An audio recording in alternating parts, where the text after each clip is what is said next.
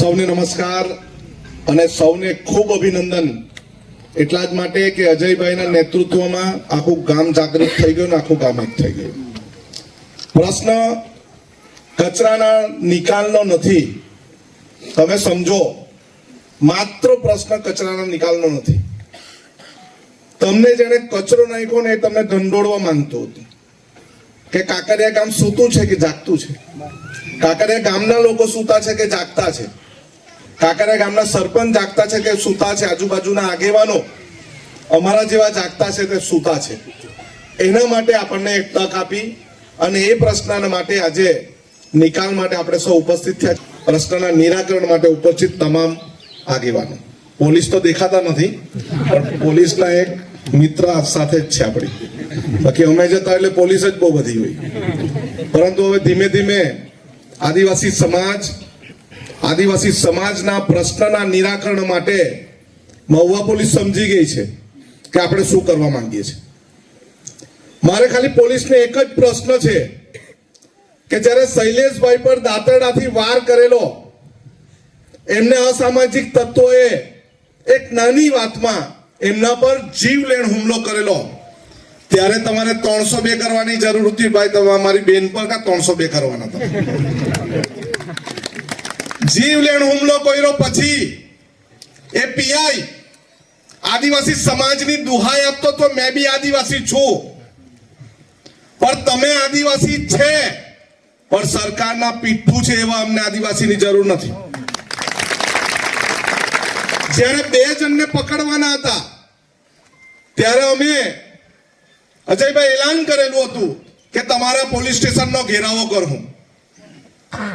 મને એવું હતું એ વાતને બહુ વાર નથી લાગી એટલે એકવાર કાંકરિયામાં પગ મૂકતા પહેલા પીઆઈ વિચારે કે આનંદભાઈ ને વિપુલભાઈ ને પરિમલભાઈ બધું કહી ગયેલા, પાછા આવતા વાર ન લાગે પોલીસ સ્ટેશનનો ઘેરાવો કરતા. એટલે કોઈની દલાલગીરી કરતા હોય અહીંયા દલાલગીરી ચાલે નહીં, અમે છોડવાના નથી.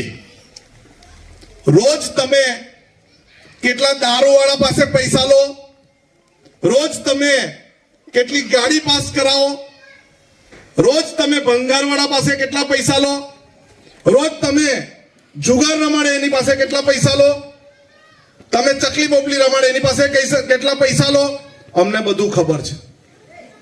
અમારો સમાજ શાંત છે, ભોળો છે, અશિક્ષિત છે, એનો કોઈ પણ રીતે દુરુપયોગ કરતા પહેલા તમે સમજી જજો.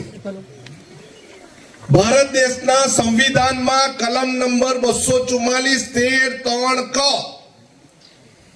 મુજબ રૂઢિ પરંપરાવાળી ગ્રામ સભામાં આપણે કોઈની બી પ્રાઇવેટ જમીન હોય કે સરકારી જમીન હોય એમાં તમે પ્લાન્ટ નાખવાના હોય, એમાં તમે જેટકોનું પાવર સ્ટેશન બનાવવાના હોય, અદાણીનું પાવર સ્ટેશન બનાવવાના હોય, ડેમ બનાવવાના હોય, રસ્તાનો મોટો પ્રોજેક્ટ નાખવાના હોય, ડમ્પિંગ સાઇટ બનાવવાના હોય કે કચરો નાખવાનો હોય, બધી જ જગ્યાએ ગ્રામ પંચાયતની પૂર્વ મંજૂરી લેવી પડે અને લેવી જ પડે.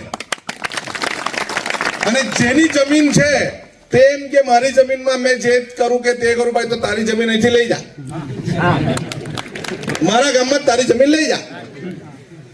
અને પેલો પરિમલભાઈ કીધું, મને તો નવાઈ લાગી, પોલીસ તંત્રને પાછો કહી દેવા માંગુ છું કે આ કચરો હવામાં ઉડીને નથી આવ્યો, આ કચરો ચાલીને નથી આવ્યો, કે આ કચરો ગાયબ થઈને ડાયરેક્ટ સુરતથી એ નથી આવી ગયો.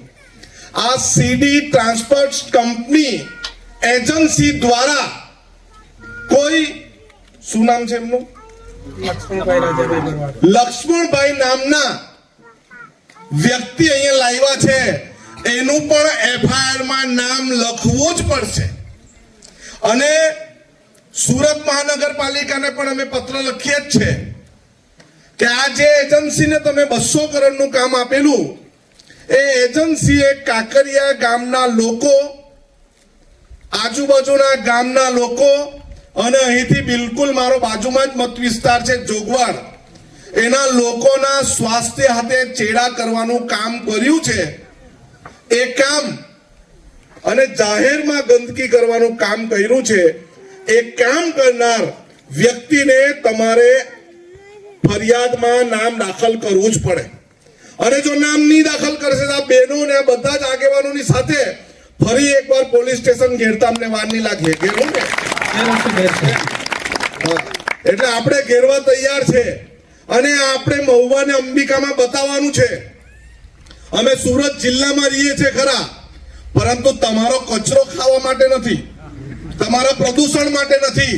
અમે સુરત જિલ્લામાં રહીએ છીએ, અમારી બહેનો પશુપાલન કરે છે, દૂધ કાઢે છે, સુમુલમાં મોકલે છે. સુરત વાળાને અમે દૂધ પીવડાવે, તમે અમને કચરો આપે. અમે તમને દૂધ આપવાનું બંધ કરી દેવું તો તમારી હવાર હાનની ચા બંધ થઈ જાય. પણ અમે તમને જ્યારે ધરતીનું અમૃત જેવું દૂધ આપતા હોય, તમે અમને કચરો ખાવા માટે આપે. અમારા બાળકોને માખી તમે આપો છો, એ અમે ચલાવવાના નથી. જે પણ અધિકારી હોય, મામલતદાર સાહેબ સાથે પણ મારી 2 વાર વાત થઈ, અહીંના અધિકારીઓ સાથે વાત થઈ. તમે અમને છેડવાનો પ્રયત્ન કરો છો, અમને છેડશો નહીં. અને એના ધારાસભ્ય એમ કે તમે અહીંયા આવીને આવું કરી જાય, અરે તમારામાં કઈ દમ નહીં મળે એટલે મારે આવવું પડે અહીંયા. અરે કઈ પાર્ટીની શરમ છે છોડો, સમાજના પ્રમાણપત્રની તો શરમ કરો કે તમે જે પ્રમાણપત્ર હેઠળ અનામત હેઠળ તમે ચૂંટાયેલા છો, તમારામાં તાકાત હોય તો જઈને કતારગામમાં ચૂંટાવો નહીં. બિન અનામત છે, ઓપન સીટ છે, ત્યાં જઈને ચૂંટાવો તો તમને ખબર પડે શું થાય તે. આપણો સમાજ છે, આપણા લોકો છે, ખેડૂત છે, પશુપાલક છે, નોકરિયાત છે, મજૂરી કરે છે, અને એના સ્વાદ સાથે ચેડા કરવા માટે કાંકરિયામાં નાખ્યો. આ તો ખાલી એ લોકો કાંકરિયામાં નાખવાની શરૂઆત એટલે કરી, આખા અંબિકા અને મહુવાના દરેક ગામમાં લાગશે આ લોકો, પરંતુ ઘૂસવા નહીં દેવાનું. અને સરપંચ સાહેબને તો કીધું જ છે, 2-3 અમારી મુલાકાત બી થઈ છે, યુવાનો સાથે બી મુલાકાત થઈ છે, દેવાંગભાઈ સાથે બી મુલાકાત, કે તમે ભારતના બંધારણના અનુસૂચિના કાયદા મુજબ અને બીજો પેસા એક્ટ 1996 ને પેસા એક્ટ 2017 મુજબની ગ્રામસભા ની પૂર્વ મંજૂરી લીધા વગર આ પોલીસ વાળા ડમ્ફર બંફર લઈ જઈ નહીં શકે. એના પર તમે કેસ કરો, આઈજી પાસે જાઓ અને એમ કેવું કે આ પીઆઈ અમારતાથી જબરજસ્તી આ વાહનો લઈ ગયા. જ્યારે નાખવા આવેલા ત્યારે તમે ક્યાં ગયેલા? જ્યારે 112 પર ફોન કરીને બોલાવ્યા ત્યારે ક્યાં ગયેલા? શું કામ ઉદ્યોગપતિઓના દલાલ બનો છો? શું કામ કચરાની એજન્સી છે એના ગુલામ બનો છો?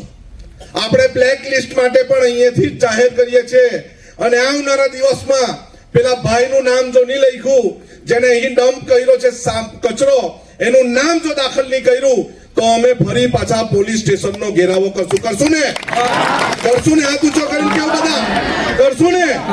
અરે પાછળ બી જે આદિવાસી હોય તે હાથ ઊંચો કરો, જે ડુપ્લિકેટ આદિવાસી હોય તે ચાલો.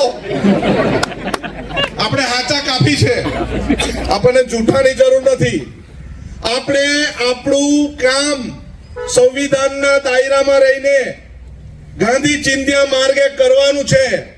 પણ એટલું બી યાદ રાખજો, બિરસા મુંડાની જેમ લાકડી ઉચકતા બી આપણને આવડે છે, અને પાડલિયા વાળી જે અંબાજી પાસે થયું ને, તીર કામઠા લઈને મારતા બી આવડે છે. આવડે છે ને? બસ તો હવે આવનારા સમયમાં જો પરિમલભાઈ 4-5 દિવસમાં જો નામ દાખલ નહીં થાય હેમાંગીબેન, તો આપણે પોલીસ સ્ટેશન પર ચાલ્યા. જેને જે કરવું હોય તે કરી લે, જેને જે ઉખાડવું હોય તે ઉખાડી લે. બરાબર છે ને? સૌને જય આદિવાસી, જય આદિવાસી, જય આદિવાસી. લડેંગે, લડેંગે. જોહાર. સૌનો આભાર.